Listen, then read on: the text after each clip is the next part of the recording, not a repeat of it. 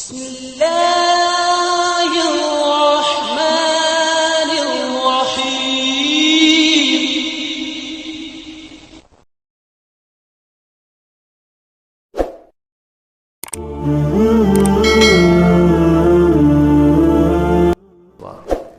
جو لوگ اپنے مال خرچ کرتے ہیں دن میں رات میں کھل کے چھپ کے، ان کا اجر اللہ کے ذمے ہے، اور ان پر نہ کوئی خوف ہوگا اور نہ یہ غمگین ہوں گے۔ یہ بہت بڑی بشارت ہے سخی لوگوں کے لیے، مال خرچ کرنے والوں کے لیے۔ انسان کی دو کیفیتیں ہیں۔ آنے والے وقت میں کوئی مصیبت نظر آ رہی ہے، اس سے جو کیفیت پیدا ہوتی ہے اس کو خوف کہتے ہیں۔ گزری ہوئی مصیبتیں اور مشکلیں اور پریشانیوں پر جب کوئی خیال آتا ہے اور ایک کیفیت بنتی ہے، اسے حزن کہتے ہیں، غم کہتے ہیں۔ تو اللہ تعالیٰ مال ہم کیوں نہیں خرچ کرتے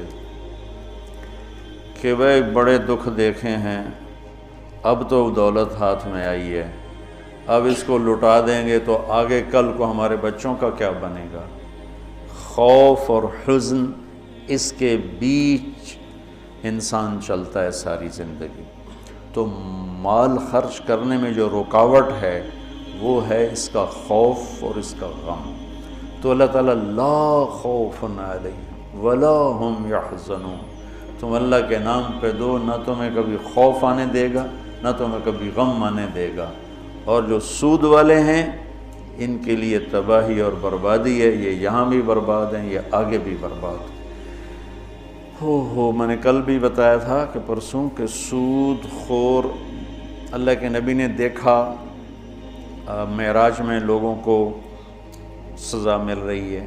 سود خوروں کی سزا سب سے عجیب تھی کہ ان کے پیٹ گنبد کی طرح اور سانپ اندر گھسے ہوئے تھے، ان کو اندر سے کاٹ رہے تھے، جو دکھ اور درد میں سب سے خوفناک چیز بن جاتی ہے، اندر سے ان کو سانپ وار کر رہے تھے۔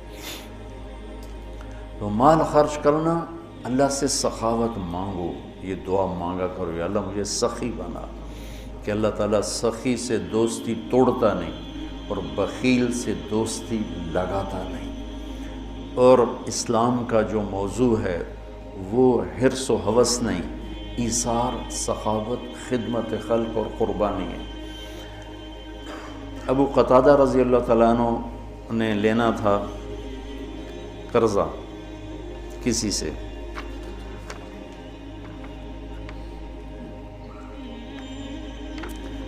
وہ لینے ان کے گھر پہنچے، وہ گھر چھپ گیا، تو باہر کھڑے ہو گئے، انہیں زور زور سے آواز دی، باہر نکل، مجھے پتہ ہے تو اندر ہے۔ وہ نکل نہیں رہے تھے کہ مانگے گا، میرے پاس ہے نہیں۔ جب انہوں نے بہت اصرار کیا تو باہر آ گیا، تو آپ نے فرمایا کیوں چھپ رہا ہے مجھ سے؟ کہ میں تنگ دست ہوں، ادا نہیں کر سکتا۔ تو ابو قتادہ رونے لگے اور فرمایا جاؤ، معاف کیا۔ پھر فرمایا کہ جو اپنے قرض خواہ کو مہلت دے یا معاف کرے، اللہ تعالیٰ اسے قیامت کے دن اپنے عرش کا سایہ نصیب فرمائے۔ اور ایک عجب حدیث ہے کہ اللہ کے نبی نے فرمایا بنی اسرائیل میں ایک شخص تھا، وہ اللہ کے سامنے پیش کیا گیا، تو اللہ نے پوچھا کیا لائے ہو؟ اس نے کہا تیرے لیے کچھ بھی نہیں لایا۔ پھر اللہ نے پوچھا کیا لائے ہو؟ کہ یا اللہ ایک رائی کے دانے کے برابر میں تیرے لیے کچھ بھی نہیں لایا۔ اللہ نے پھر تیسری دفعہ پوچھا کچھ تو سوچو کیا لائے ہو؟ کہنے لگا کچھ بھی نہیں لایا۔ پھر کہنے لگا ایک بات ہے اگر تیری بارگاہ میں کہ اس کی قیمت ہے تو۔ اللہ کو تو سارا پتا تھا۔ اللہ نے پوچھا کیا؟ کہنے لگا تو نے مجھے مال دیا تھا تو میں تجارت کرتا تھا، لوگوں کو مال اٹھواتا تھا، جو پیسے نہیں دیتا تھا اور دے سکتا تھا تو میں اسے تنگ نہیں کرتا تھا کہ پیمنٹ پہنچاؤ، میں اسے مہلت دیے رکھتا تھا، جب دے ٹھیک، اور جو تنگ دست ہو جاتا تھا، کوئی نقصان ہو جاتا تھا، تو میں کہتا تھا چلو اس کو معافی کر دو۔ تو اس پر اللہ تعالیٰ نے فرمایا تو میرے جیسا بننا چاہتا ہے، یہ تو میری صفت ہے کہ میں اپنے بندوں کو معاف کرتا ہوں، مہلت دیتا ہوں، چل بس اسی پر تجھے جنت کا فیصلہ۔ نہ نماز، نہ روزہ، نہ حج، نہ زکوٰۃ، نہ ذکر، نہ تلاوت، کچھ بھی نہیں، صرف اللہ کے بندوں کے ساتھ۔ اب یہ مزاج شریعت ہے۔ اور سود کیا ہے کہ اگلے کا خون نچوڑ لو، اس کی رگوں میں جو بہتے والا خون ہے وہ بھی نکال۔ تو سود خود غرضی، حرص و ہوس اور لالچ کی بنیاد پر ہے، اور اسلام ایثار، قربانی کی بنیاد پر ہے۔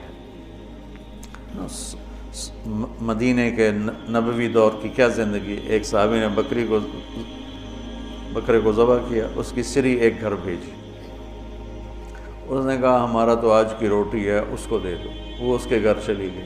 انہوں نے کہا ہمارے گھر آج کا کھانا ہے، اگلے کو دے دو، وہ اگلے گھر چلی گئی۔ انہوں نے کہا ہمارے پاس آج کا کھانا ہے، اگلے کو دے دو۔ 7 گھروں میں سری چکر کاٹ کے پھر پہلے گھر میں آ کے اگلے کو دے دو، اگلے کو دے دو، اگلے کو دے دو، اگلے کو دے دو۔ یہ اسلام کا ذوق ہے اور مزاج ہے، سخاوت، لوگوں کی خدمت، لوگوں کے کام آنا۔ ایک شخص نے کہا یا رسول اللہ ارید ان اکون خیر الناس، میں چاہتا ہوں سب سے بہترین فیصلہ بعد میں شمار کیا جاؤں۔ تو آپ نے کہا کن نافعا للناس تکن خیر الناس، لوگوں کو نفع پہنچایا کر تو سب سے اعلیٰ درجے کا، سب سے بہترین انسان بن جائے گا۔ تو اللہ تعالیٰ امت کو ہمت دے، ہمارے تاجر اور ہمارے ذمہ دار یہ سود سے بچیں، اور جو ہمارے عوام الناس میں مالدار لوگ سود پہ پیسہ دے رہے ہیں اس سے بچیں، تو ان کی آخرت بھی بن جائے گی، ان کی دنیا بھی بن جائے گی۔ اللہ تعالیٰ نے کفر کے خلاف اعلان جنگ نہیں کیا، اللہ نے سود کے خلاف اعلان جنگ کیا۔